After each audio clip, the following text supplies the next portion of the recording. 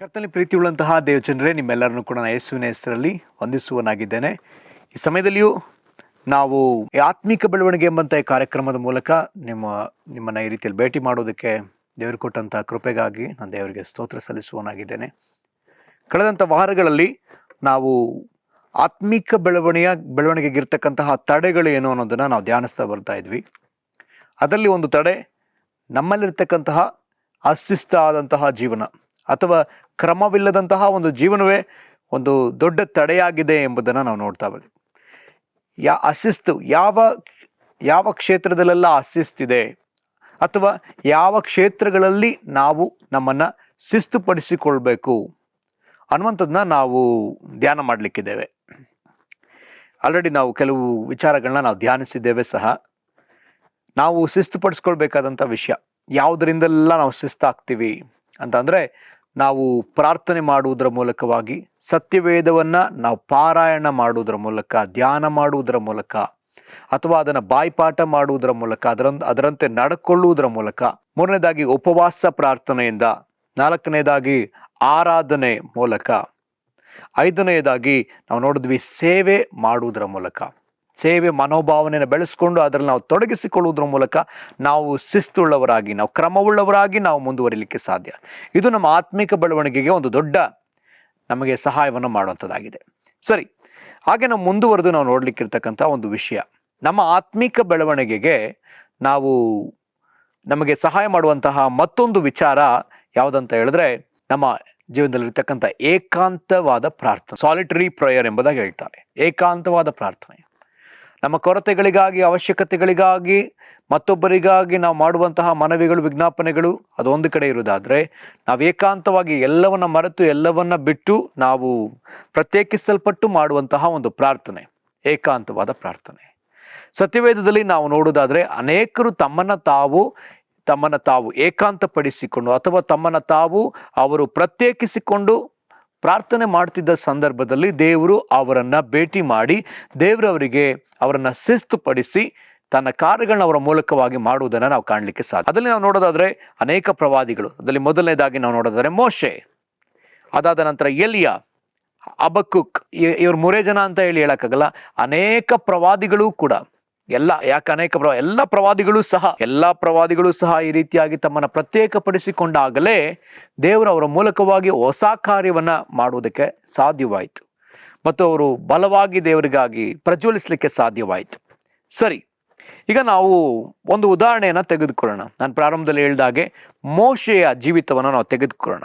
ಮೋಶೆಯ ಜೀವಿತದ ಕುರಿತಾಗಿ ವಿಮೋಚನ ಕಾಂಡ 3ನೇ ಅಧ್ಯಾಯದ 1ನೇ ವಚನದಿಂದ 6ನೇ ವಚನದವರೆಗೂ ನಾವು ಓದ್ತೇವೆ. ಕೆಲವು ವಿಷಯಗಳನ್ನ ನಾವು ಓದ್ತೇವೆ, ಅದನ್ನು ನಾವು ಓದೋಣ. ಈಗ ಮೋಶೆ ತನ್ನ ಮಾವನಾಗಿರುವ ಮಿದ್ಯಾನ್ಯರ ಆಚಾರ್ಯನಾದ ಇತ್ರೋನನ ಮಂದೆಯನ್ನು ಮೇಯಿಸುತ್ತಿರುವಾಗ ಆ ಮಂದೆಯನ್ನು ಕಾಡಿನ ಹಿಂಭಾಗಕ್ಕೆ ನಡೆಸಿಕೊಂಡು ಓರೆಬ್ ಎಂಬ ದೇವರ ಬೆಟ್ಟಕ್ಕೆ ಬಂದನು.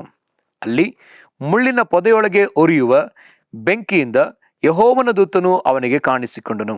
ಹೇಗೆಂದರೆ ಅವನು ಒಂದು ಮುಳ್ಳಿನ ಪೊದೆಯನ್ನು ಕಂಡನು. ಆ ಪೊದೆಯು ಬೆಂಕಿಯಿಂದ ಉರಿಯುತ್ತಿದ್ದರೂ ಅದು ಸುಟ್ಟು ಹೋಗದೇ ಇತ್ತು. ಆಗ ಮೋಶೆ, ನಾನು ದಾರಿ ಬಿಟ್ಟು ಈ ಆಶ್ಚರ್ಯವನ್ನು ನೋಡಿ ಪೊದೆಯು ಸುಟ್ಟು ಹೋಗದೆ ಇರುವುದಕ್ಕೆ ಕಾರಣವನ್ನು ತಿಳ್ಕೊಳ್ಳುವೆನು ಅಂದುಕೊಂಡನು. ನೋಡುವುದಕ್ಕೆ ಅವನು ದಾರಿ ಬಿಟ್ಟದನ್ನು ಯೆಹೋವನು ಕಂಡನು. ದೇವರು ಆ ಪೊದೆಯೊಳಗಿಂದ ಮೋಶೆ, ಮೋಶೆಯೇ ಎಂದು ಕರೆದನು. ಅದಕ್ಕವನು ಇಗೋ ಇದ್ದೇನೆ ಅಂತನು. ದೇವರು ಅವನಿಗೆ, ನೀನು ಹತ್ತಿರ ಬರಬೇಡ, ನಿನ್ನ ಕಾಲಿನ ಕೆರಗಳನ್ನು ತೆಗೆದು ಹಾಕು, ನೀನು ನಿಂತಿರುವ ಸ್ಥಳವು ಪರಿಶುದ್ಧ ಭೂಮಿ ಎಂದು ಹೇಳಿದನು. ಅದಲ್ಲದೆ ಆತನು, ನಾನು ನಿನ್ನ ತಂದೆಯ ದೇವರು, ಅಬ್ರಹಾಮನ ದೇವರು, ಇಸಾಕನ ದೇವರು, ಯಾಕೋಬನ ದೇವರಂದಾಗ ಮೋಶೆ ದೇವರನ್ನು ನೋಡುವುದಕ್ಕೆ ಭಯಪಟ್ಟು ಮುಖವನ್ನು ಮುಚ್ಚಿಕೊಂಡನು. ಈ 6 ವಚನಗಳನ್ನ ನಾವು ಓದಿದ್ದೇವೆ. ಒಂದು ಉದ್ದವಾದಂಥ ವಿಚಾರ. ಇದರಲ್ಲಿ ನಾವು ನೋಡುವಂಥ ಮುಖ್ಯವಾದಂತಹ ಒಂದು ವಿಚಾರ ಏನಂತ ಹೇಳಿದ್ರೆ, ಮೋಶೆ ತನ್ನ ಮಾವನ ಮಂದೆಯನ್ನು ಮೇಯಿಸ್ತಾ ಇದ್ದಾನೆ. ಓರೆ ಬೆಟ್ಟದ ಕಡೆಗೆ, ಕಾಡಿನ ಹಿಂಭಾಗಕ್ಕೆ ತೆಗೆದುಕೊಂಡು ಹೋಗ್ತಾ ಇದ್ದಾನೆ. ಆ ದೇವರ ಬೆಟ್ಟ ಎಂಬುದಾಗಿ ಹೆಸರುಗೊಂಡಂತ ಆ ಬೆಟ್ಟದ ಬಳಿಗೆ ಆತ ಹೋಗ್ತಿದ್ದಾನೆ. ಆ ಬೆಟ್ಟದಲ್ಲಿ ಏನಾಗ್ತಾ ಇದೆ ಅಂತ ಹೇಳಿದ್ರೆ, ಅಲ್ಲಿದ್ದಂಥ ಒಂದು ಪೊದೆ ಬೆಂಕಿಯಿಂದ ಉರಿತಾ ಇದೆ, ಆದರೆ ಪೊದೆ ಉರಿದು ಹೋಗ್ಲಿಲ್ಲ. ಇದನ್ನ ಅಲ್ಲಿ ಮೋಶೆ, ತುಂಬಾ ಸುಂದರವಾಗಿ ಬರ್ತಿದೆ, ಮೋಶೆ ನಾನು ದಾರಿ ಬಿಟ್ಟು ಈ ಆಶ್ಚರ್ಯವನ್ನು ನೋಡಿ ಪೊದೆ ಸುಟ್ಟು ಹೋಗದೇ ಇರುವುದಕ್ಕೆ ಕಾರಣವನ್ನು ತಿಳ್ಕೊಳ್ಳುವೆನು ಅಂದುಕೊಂಡನು. ಒಂದು ಕುತೂಹಲ ಮೋಶೆಗುಂಟಾಯ್ತು. ಅದನ್ನ ನೋಡ್ಬೇಕು, ನಾನು ಯಾಕೆ ಉರಿತಾ ಇದೆ ಅಂತ ಹೇಳಿ ಆತ ತನ್ನ ದಾರಿಯನ್ನು ಬಿಟ್ಟು, ತುಂಬಾ ಸುಂದರವಾಗಿರ್ತಕ್ಕಂಥ ಒಂದು ವಿಷಯ, ತನ್ನ ದಾರಿಯನ್ನು ಬಿಟ್ಟು, ತನ್ನ ಮಂದೆಯನ್ನ ಕಾಯುವ ದಾರಿಯನ್ನು ಬಿಟ್ಟು, ತನ್ನ ಕೆಲಸವನ್ನ ಬಿಟ್ಟು, ಮುಂದೆ ನಾವು ನೋಡ್ತೀವಿ, ನೋಡುವುದಕ್ಕೆ ಅವನು ದಾರಿ ಬಿಟ್ಟದ್ದನ್ನು ಯೆಹೋವನು ಕಂಡನು. ಈ ದಾರಿ ಬಿಟ್ಟು ಅನ್ನೋಂಥ ವಿಷಯ ನನಗೆ ಇಲ್ಲಿ ದೇವರು ಕೆಲವು ವಿಷಯಗಳನ್ನ ಮಾತಾಡೋದಕ್ಕೆ ನನ್ನ ಪ್ರೇರೇಪಿಸ್ತಾ ಇದ್ದಾರೆ. ಏನಂದ್ರೆ, ಇಲ್ಲಿ ಮೋಶೆ ತನ್ನ ದಾರಿಯನ್ನು ಬಿಟ್ಟವನಾಗಿ ಆತ ಈ ದೇವರ ಬೆಟ್ಟವನ್ನು ಹತ್ತುತ್ತಾ ಇದ್ದಾನೆ, ದೇವರ ಬೆಟ್ಟದ ಬಳಿಗೆ ಬರ್ತಾ ಇದ್ದಾನೆ, ಆ ಪೊದೆಯ ಬಳಿಗೆ ಆತ ಬರ್ತಾ ಇದ್ದಾನೆ. ಆಗ ಅಲ್ಲ ನೋಡ್ತೀವಿ, ಆ ಪೊದೆಯಿಂದ ದೇವರು ಮೋಶೆ ಮೋಶೆ ಎಂಬುದಾಗಿ ಮಾತನಾಡುವವರಾಗಿದ್ದಾರೆ. ಹಾಗಿದ್ರೆ ಈಗ ಮೋಶೆ ತನ್ನನ್ನು ತಾನು ತನ್ನ ಎಲ್ಲ ಜವಾಬ್ದಾರಿಗಳಿಂದ ಪ್ರತ್ಯೇಕಪಡಿಸಿಕೊಳ್ತಾ ಇದ್ದಾನೆ. ತನ್ನ ಮಾವನಾದ ಮಿದ್ಯಾನರ ಆಚಾರ್ಯನಾದಂತಹ ಇತ್ರೋನನ ಮಂದೆಯನ್ನು ಮೇಯಿಸ್ತಿದ್ದ ಮೋಶೆ. ತುಂಬಾ ಮುಖ್ಯವಾದ ಜವಾಬ್ದಾರಿ ಅವನಿಗೊಂದು ಜವಾಬ್ದಾರಿ ಕೊಡಲ್ಪಟ್ಟಿತ್ತು. ಆ ಜವಾಬ್ದಾರಿಯನ್ನು ಆತ ಮಾಡ್ತಾ ಇದ್ದಾನೆ, ನಂಬಿಗಸ್ತನಾಗಿ ನೆರವೇರಿಸ್ತಾ ಇದ್ದಾನೆ.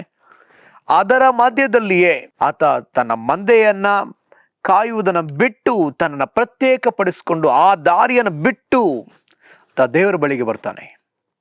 ದೇವರ ಹತ್ರಕ್ಕೆ ಬಂದಾಗ ದೇವರಲ್ಲಿ ಆತ ಮಾತಾಡೋದಕ್ಕೆ ಪ್ರಾರಂಭಿಸ್ತಾನೆ. ಸೊ ಪ್ರಿಯರಾಗಿದ್ರೆ, ಇಲ್ಲಿ ಅರ್ಥ ಮಾಡ್ಕೊಳ್ಬೇಕಾದಂತ ಒಂದು ವಿಚಾರವಿದೆ. ನಾವು ನಮ್ಮನ್ನು ಏಕಾಂತಪಡಿಸಿಕೊಳ್ಳಬೇಕು.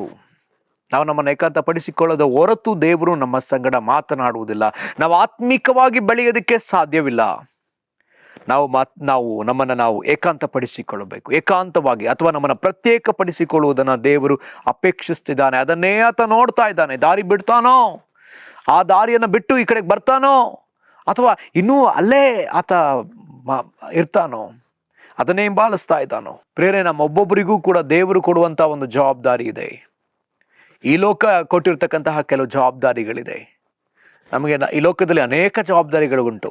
ತಂದೆಯಾಗಿ ತನ್ನ ಮಕ್ಕಳನ್ನ ಸಲಹುವಂತಹ, ಸಾಕುವಂತಹ, ಹೆಂಡತಿಯನ್ನ ನೋಡಿಕೊಳ್ಳುವಂತಹ, ಪ್ರೀತಿಸುವಂತಹ, ಕುಟುಂಬವನ್ನ ನಡೆಸ್ತಕ್ಕಂಥ ಕೆಲಸದಲ್ಲಿ ಅನೇಕ ರೀತಿಯಾದ ಜವಾಬ್ದಾರಿಗಳು ನಿಭಾಯಿಸ್ತಕ್ಕಂಥ ಅನೇಕ ರೀತಿಯಾದ ಜವಾಬ್ದಾರಿಗಳುಂಟು. ಆ ಎಲ್ಲ ಜವಾಬ್ದಾರಿಗಳನ್ನೂ ಕೂಡ ಸ್ವಲ್ಪ ಹೊತ್ತಿಗೆ ಅದನ್ನ ಬದಿಗಿಟ್ಟು ದೇವರ ಬಳಿಗೆ ಬರಬೇಕಂತ ದೇವರು ನಮ್ಮಲ್ಲಿ ಬಯಸ್ತಿದ್ದಾರೆ, ನಮ್ಮಲ್ಲಿ ದೇವರು ಅಪೇಕ್ಷಿಸ್ತಿದ್ದಾರೆ. ಯಾಕಂತ ಆಗಿರೋದ್ರಿಂದ ನಾವು ನೋಡ್ತೀವಿ, ಮೋಶೆಯ ಆ ಒಂದು ಸಂದರ್ಶನ ನಂತರ ದೇವರಿಗೂ ಮೋಶೆಗೂ ಆದಂತ ಆ ಸಂದರ್ಶನದ ನಂತರ ನಾವು ನೋಡ್ತೀವಿ, ಮೋಶೆಯ ಜೀವಿತ ಸಂಪೂರ್ಣವಾಗಿ ವ್ಯತ್ಯಾಸವಾಗಿ. ಅಲ್ಲಿಂದ ಮೋಶೆ ತಿರುಗಿ ಕುರಿ ಕಾಯುವವನಲ್ಲ, ಬದಲಾಗಿ ಆತನು ಇಸ್ರಾಯೇಲ್ ಜನರನ್ನ ಬಿಡಿಸುವಂತ ವಿಮೋಚಕನಾಗಿ ಆತನ ಉಪಯೋಗಿಸಲ್ಪಡುವುದನ್ನು ನಾವು ಕಾಣ್ತೀವಿ. ದೇವರು ಆತನನ್ನ ಭೇಟಿ ಮಾಡಿದ್ರು ತಕ್ಷಣವೇ ಮೋಶೆಗೆ ಹೇಳಿದ್ರು, ನೀನು ಐಗುಪ್ತ ದೇಶಕ್ಕೆ ಹೋಗ್ಬೇಕು, ನಿನಗೆ ಮುಂದೆ ನಿನ್ನ ಅಣ್ಣನಾದ ಆರೋನ ಬರ್ತಾನೆ, ನಿನಗೆ ಬಾಯಾಗಿ ಆತ ಇರ್ತಾನೆ, ನೀನು ಪರವನ ಬಳಿಯಲ್ಲಿ ನನಗೆ ಪರವಾಗಿ ಮಾತಾಡ್ಬೇಕು, ನಾನು ಹೇಳುವುದನ್ನು ಆತನಿಗೆ ಹೇಳ್ಬೇಕಂತ ಹೇಳಿ ದೇವರು ಮೋಶೆಗೆ ಹೇಳ್ತಾರೆ. ಪ್ರೇರಾಗಿದ್ರೆ, ಈಗ ನಾವು ದೇವರ ಉಪಯೋಗಿಸುವಂತಹ ಒಂದು ಪಾತ್ರೆಯಾಗಿ, ಆತ್ಮೀಕವಾಗಿ ಬೆಳೆದಂತ ಒಂದು ಪಾತ್ರೆಯಾಗಿ, ಶಿಸ್ತಾದಂತ ಒಂದು ಪಾತ್ರೆಯಾಗಿ ನಾವು ಆಗ್ಬೇಕಂದ್ರೆ, ಶಿಸ್ತುಳ್ಳವರಾಗಬೇಕಂದ್ರೆ ನಾವು ನಮ್ಮ ದಾರಿಯನ್ನು ಬಿಡಬೇಕೆಂದು ದೇವರು ಬಯಸುವವರಾಗಿದ್ದಾರೆ. ನಾವು ನಮ್ಮನ್ನು ಪ್ರತ್ಯೇಕಪಡಿಸಿಕೊಳ್ಬೇಕಂತ ದೇವರು ಬಯಸುವವರಾಗಿದ್ದಾರೆ. ನಮ್ಮನ್ನು ಅಥವಾ ಏಕಾಂತಪಡಿಸಿಕೊಳ್ಬೇಕೆಂದು ದೇವರು ಬಯಸುವವರಾಗಿದ್ದಾರೆ. ಯಾಕೆ? ದೇವರು ನಮ್ಮ ಸಂಗಡ ಮಾತಾಡುವುದಕ್ಕಾಗಿ ಕಾಯ್ತಾ ಇದ್ದಾರೆ. ನಿನ್ನೊಂದಿಗೆ ದೇವರು ಮಾತಾಡುವುದಕ್ಕಾಗಿ ಕಾಯ್ತಿದ್ದಾರೆ. ಆತನಿಗೆ ಮಾಡಬೇಕಾದ ಅನೇಕ ಕಾರ್ಯಗಳಿವೆ. ಅಯ್ಯೋ, ನನ್ನ ಜನರು ಬಾಧೆ ಪಡ್ತಿದ್ದಾರಲ್ಲ, ಅಯ್ಯೋ ನನ್ನ ಜನರು ಕಷ್ಟಪಡ್ತಿದ್ದಾರಲ್ಲ. ಅದೇ ವಿಮೋಚನ ಕಾಂಡ 3ನೇ ಅಧ್ಯಾಯವನ್ನು ನಾವು ತೆಗೆದುಕೊಳ್ಳುವುದಾದ್ರೆ ಅಲ್ಲಿ ಮೋಶೆಗೆ ದೇವರು ಹೇಳುವಂತ ಅನೇಕ ವಿಚಾರಗಳಿವೆ. ಆ ಸಂಗತಿಗಳನ್ನ ನಾವು ಓದೋಣ. ಈ ಸಮಯದಲ್ಲಿ ಮೋಶೆಗೆ ಹೇಳಿದಂತ ಅನೇಕ ವಿಚಾರಗಳು ಅಲ್ಲಿ ನಾವು ನೋಡೋಣ. 7ನೇ ವಚನ, ಆಗ ಯೆಹೋವನು ಐಗುಪ್ತ ದೇಶದಲ್ಲಿರುವ ನನ್ನ ಜನರ ದುರವಸ್ಥೆಯನ್ನು ನೋಡಿದ್ದೇನೆ. ಬಿಟ್ಟಿ ಮಾಡಿಸುವವರ ವಿಷಯದಲ್ಲಿ ಅವರು ಇಟ್ಟ ಮೊರೆಯು ನನಗೆ ಕೇಳಿಸಿತು. ಅವರ ದುಃಖವನ್ನೆಲ್ಲ ನಾನು ಬಲ್ಲೆನು. ಆದ ಕಾರಣ ಅವರನ್ನು ಐಗುಪ್ತರ ಕೈಯೊಳಗಿಂದ ತಪ್ಪಿಸುವುದಕ್ಕೂ ಆ ದೇಶದಿಂದ ಬಿಡಿಸಿ ಹಾಲು ಜೇನು ಹರಿಯುವ ವಿಸ್ತಾರವಾದ ಒಳ್ಳೆಯ ದೇಶಕ್ಕೆ, ಅಂದರೆ ಕಾನಾನ್ಯರು, ಹಿತ್ತಿಯರು, ಅಮೋರಿಯರು, ಪೆರಿಜಿಯರು, ಹಿವ್ವಿಯರು, ಯೆಬೂಸಿಯರು ವಾಸವಾಗಿರುವ ದೇಶಕ್ಕೆ ನಡೆಸಿಕೊಂಡು ಹೋಗುವುದಕ್ಕೂ ಇಳಿದು ಬಂದಿದ್ದೇನೆ. ಈಗ ಕೇಳು. ನೋಡಿ, ದೇವರು ಎಷ್ಟು ಸುಂದರವಾಗಿ ಹೇಳ್ತಿದ್ದಾರೆ. ಅವ್ರನ್ನ ಬಿಡಿಸುವುದಕ್ಕಾಗಿ ಅವರ ದುಃಖ ನನಗೆ ಕೇಳಿಸಿಯದೆ, ಅವರ ಮೊರೆ ನನಗೆ ಕೇಳಿಸಿಯದೆ. ಅಯ್ಯೋ, ನನ್ನ ಜನ ದುಃಖ ಪಡ್ತಿದ್ದಾರೆ, ಅಯ್ಯೋ ನನ್ನ ಜನ ಕಷ್ಟಪಡ್ತಿದ್ದಾರೆ. ಅವ್ರನ್ನ ಆಶೀರ್ವಾದಕರವಾದಂಥ ಕಾನಾನ್ ದೇಶಕ್ಕೆ ನಾನು ನಡೆಸಬೇಕು. ಮತ್ತೆ ಆ ಶತ್ರುಗಳ ಮೇಲೆ ನಾನು ಜಯ ಕೊಟ್ಟು ಅವರಿಗೆ ನಾನು ಅದನ್ನ ಶತ್ರುಗಳ ದೇಶವನ್ನು ಅವರಿಗೆ ಕೊಡ್ಬೇಕಂತ ಅಂದುಕೊಂಡಿದ್ದೇನೆ. 9ನೇ ವಚನ, ಈಗ ಕೇಳು, ಇಸ್ರಾಯೇಲ್ಯರ ಕೂಗು ನನಗೆ ಮುಟ್ಟಿತು. ಐಗುಪ್ತರು ಅವರಿಗೆ ಕೊಡುವ ಉಪದ್ರವವನ್ನು ನಾನು ನೋಡಿದ್ದೇನೆ. ಆದದರಿಂದ ನನ್ನ ಜನರಾಗಿರುವ ಇಸ್ರಾಯೇಲ್ಯರನ್ನು ಐಗುಪ್ತ ದೇಶದಿಂದ ಹೊರಗೆ ಬರಮಾಡುವುದಕ್ಕೆ ನಿನ್ನನ್ನು ಫರೋಹನ ಬಳಿಗೆ ಕಳಿಸುತ್ತೇನೆ, ಬಾ. ನಿನ್ನ ಫರೋಹನ ಬಳಿ ಕರ್ಕೊಂಡು ಹೋಗ್ಲಿಕ್ಕಿದ್ದೀನಿ, ಬಾ ಅಂತ ಹೇಳಿ ಇಲ್ಲಿ ದೇವರು ಹೇಳೋದನ್ನು ನಾವು ಕಾಣಲಿಕ್ಕೆ ಸಾಧ್ಯ ಪ್ರಿಯರೇ. ಸೊ ಇಲ್ಲಿ ದೇವರು ಹೇಳುವಂಥದ್ದನ್ನು ತುಂಬ ಸುಂದರವಾಗಿ ಇಲ್ಲಿ ನಾವು ನೋಡಲಿಕ್ಕೆ ಸಾಧ್ಯ. ದೇವರು ಆತನನ್ನು ಒಂದು ಕಾರ್ಯಕ್ಕಾಗಿ ಅಸೈನ್ ಮಾಡ್ತಿದ್ದಾರೆ. ತನ್ನ ಜನಗಳು ಕಣ್ಣೀರಿಡೋದನ್ನ ದೇವರು ನೋಡಿ ಮೋಶೆಯನ್ನ ಏರ್ಪಡಿಸ್ತಿದ್ದಾರೆ. ವಿಮೋಚಕನಾಗಿ ಆತನ ಏರ್ಪಡಿಸ್ತಾ ಇದ್ದಾರೆ.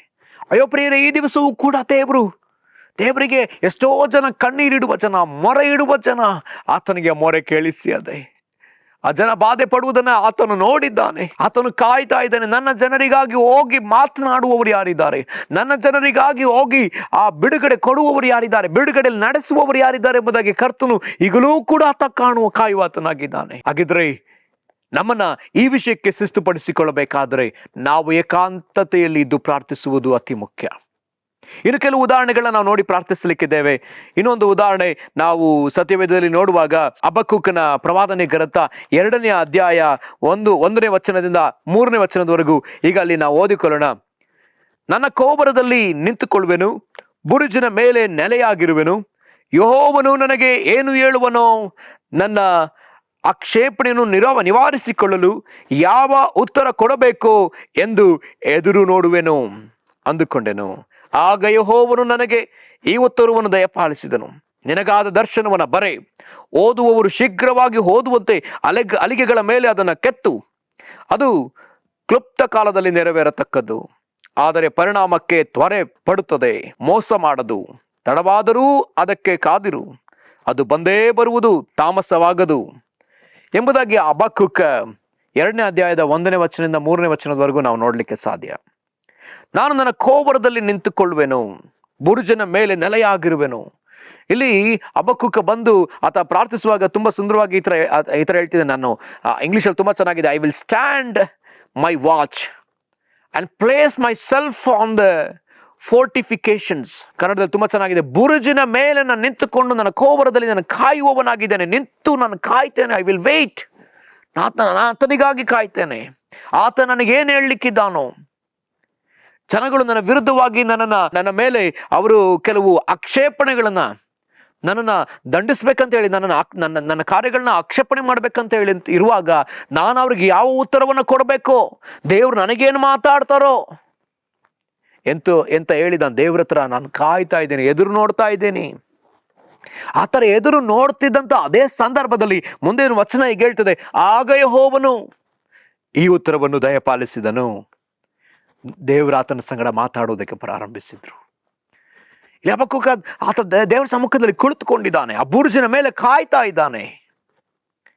ಆಗ ದೇವರು ಆತನ ಸಂಗಡ ಮಾತನಾಡಿದ. ಪ್ರಿಯರೇ, ಹಾಕಿದ್ರೆ ನಾವುಗಳು ಕೂಡ ಇದೇ ರೀತಿಯಲ್ಲಿ ನಮ್ಮನ್ನ ಪ್ರತ್ಯೇಕಪಡಿಸಿಕೊಂಡು ಪ್ರಾರ್ಥಿಸುವುದಾದರೆ, ಆತನನ್ನ ಬಯಸುವುದಾದರೆ, ಆತನು ಖಂಡಿತವಾಗಿ ನಮ್ಮ ಸಂಗಡ ಮಾತನಾಡುವ ಕರ್ತನು. ಆತನು ಖಂಡಿತವಾಗಿ ನಮ್ಮ ಸಂಗಡ ಮಾತನಾಡುವ ಕರ್ತನು. ಇಲ್ಲಿ ಹಬಕ್ಕೂಕನಿಗೆ ಮಾತನಾಡಿದ ದೇವರು ನಮಗೆ ಮಾತಾಡುವುದಿಲ್ಲವೋ? ಖಂಡಿತವಾಗಿ ಮಾತನಾಡ್ತಾನೆ. ಈಗ ಹೊಸ ಒಡಂಬಡಿಕೆಯಲ್ಲಿ ಅನೇಕ ಉದಾಹರಣೆಗಳನ್ನ ನಾವು ನೋಡ್ಬೋದು. ಹಳೆ ಒಡಂಬಡಿಕೆಯಲ್ಲಿ ಅನೇಕ ಉದಾಹರಣೆಗಳಿದೆ. ಎಲಿಯನ ಉದಾಹರಣೆ ಇದೆ. ಎಲಿಯನಿಗೆ ದೇವರು ಹೇಳ್ತಾರೆ, ಎಲಿಯನ ಸಂಗಡ ಮಾತಾಡ್ತಾರೆ, ಅನೇಕ ಸಮಯದಲ್ಲಿ ಮಾತಾಡ್ತಾರೆ. ಹಾಗೆ ಈಗ ನಾವು ವಾಪಸ್ ವಿಷಯಕ್ಕೆ ಬರೋಣ. ಇಲ್ಲಿ ಯೇಸು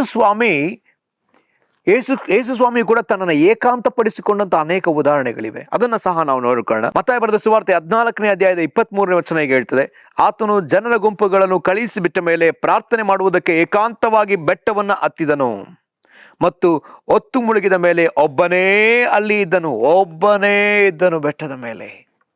ಯಾಕೆ ಯೇಸು ಕ್ರಿಸ್ತನು ಕೂಡ ಏಕಾಂತವಾಗಿರಬೇಕಾಗಿತ್ತು? ಬೇರೆ ಇಲ್ಲಿ ಅರ್ಥ ಮಾಡ್ಕೊಳ್ಬೇಕಾದ ಒಂದು ಮುಖ್ಯವಾದ ವಿಷಯ ಇದೆ. ಏಕಾಂತವಾದ ಪ್ರಾರ್ಥನೆ ನಮ್ಮನ್ನು ಶಿಸ್ತುಪಡಿಸ್ತದೆ, ನಮ್ಮನ್ನು ದೇವರಿಗೆ ನಿಕಟವಾದ ವ್ಯಕ್ತಿಯನ್ನಾಗಿ ಮಾರ್ಪಡಿಸ್ತದೆ. ಮತ್ತು ಇನ್ನು ಕೆಲವು ವಚನಗಳನ್ನ ನಾವು ಹಾಗೆ ನೋಡ್ಲಿಕ್ಕಿದ್ದೇವೆ. ಮಾರ್ಕನು ಬರೆದ ಸುವಾರ್ತೆ 1ನೇ ಅಧ್ಯಾಯ 12 ಮತ್ತು 35ನೇ ವಚನ. 12ನೇ ವಚನವನ್ನು ಓದೋಣ. ಮುಂಜಾನೆ ಇನ್ನು ಮೊಬ್ಬಿರುವಾಗ ಆತನು ಎದ್ದು ಹೊರಟು ಅಡವಿಯ ಸ್ಥಳಕ್ಕೆ ಹೋಗಿ ದೇವರನ್ನು ಪ್ರಾರ್ಥಿಸುತ್ತಿದ್ದನು. ಹಾಗೆಯೇ ಮಾರ್ಕನ ಬರೆದ ಸುವಾರ್ತೆ 1:12, ಕೂಡಲೇ ಯೇಸು ದೇವರಾತ್ಮ ಪ್ರೇರಿತನಾಗಿ ಅಡವಿಗೆ ಹೋದನು. 35ನೇ ವಚನ, ಮುಂಜಾನೆ ಇನ್ನು ಮೊಬ್ಬಿರುವಾಗ ಆತನು ಎದ್ದು ಹೊರಟು ಅಡವಿಯ ಸ್ಥಳಕ್ಕೆ ಹೋಗಿ ದೇವರನ್ನು ಪ್ರಾರ್ಥಿಸುತ್ತಿದ್ದನು. ಇಲ್ಲಿ ನೋಡ್ತಾ ಇದ್ದೀವಿ, ಆತ ದೇವರಾತ್ಮ ಪ್ರೇರಿತನಾಗಿ ಹೋದ. 12ನೇ ವಚನದಲ್ಲಿ, 35ನೇ ವಚನದಲ್ಲಿ ನಾವು ನೋಡ್ತೀವಿ, ತಿರುಗಿ ಆತ ಪ್ರತಿ ದಿವಸ ಮೊಬ್ಬಿರುವಾಗಲೇ ಆತನು ಅಡವಿಯಲ್ಲಿ ಹೋಗಿ ಪ್ರಾರ್ಥಿಸ್ತಾ ಇದ್ದ. ಏಕಾಂತವಾಗಿ ದೇವರ ಬಳಿಯಲ್ಲಿ ಕಾಯ್ತಾ ಇದ್ದ, ಏಕಾಂತವಾಗಿ.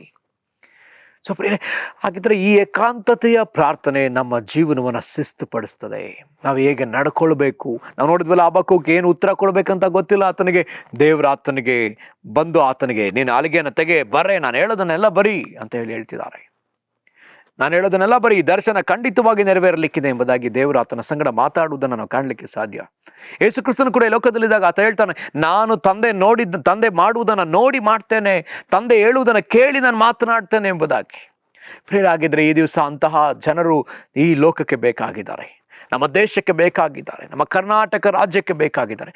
ಏಕಾಂತವಾಗಿ ಪ್ರಾರ್ಥನೆಯಲ್ಲಿ ಕುಳಿತು ದೇವರ ಸ್ವರವನ್ನು ಕೇಳಿ ಹಾಗೆಯೇ ಜನಗಳಿಗೆ ತಂದು ಕೊಡುವಂತಹ ಜನರು ಬೇಕಾಗಿದ್ದಾರಲ್ಲ.